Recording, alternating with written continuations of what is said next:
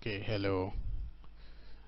This is a short demo to show you how my application works. It's called GitHub Stats Web Service. So I'm in the directory. Let me list the directory that we have under this. Okay, so in order to run this application, you only have to start your Flask application. So I type Flask run, then let's wait whilst it loads so that you navigate into the browser to run the local host. Alright, so it's loading now. Let's go into the browser. So we type in localhost colon 5000, then press enter. Okay, so it's now linking up, so you can see that it's reading. Okay, there's a reply.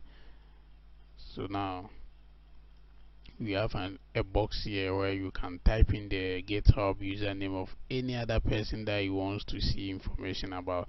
So first, let's type in ALX. Okay, and press get stats. Let's wait to see the number of repo over there. So the ALX GitHub stats, this is the image over there. The public repository is 261, followers 198, following 91, public is 88, biography none. Okay, so let's try another one too and see. This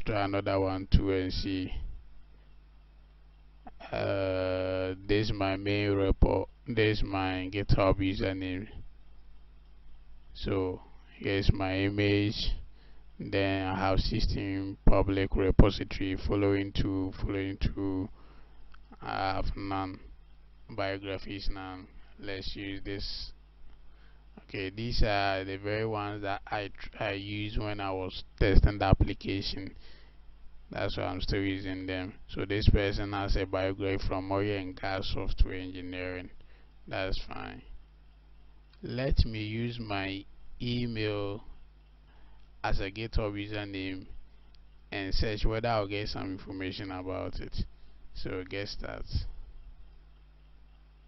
You see that nothing is showing because there's no GitHub username that bears my email. Okay, so that's virtually everything about this application. So once it's done, I navigate into my terminal. Now press Ctrl+C just to end everything. Okay, thank you.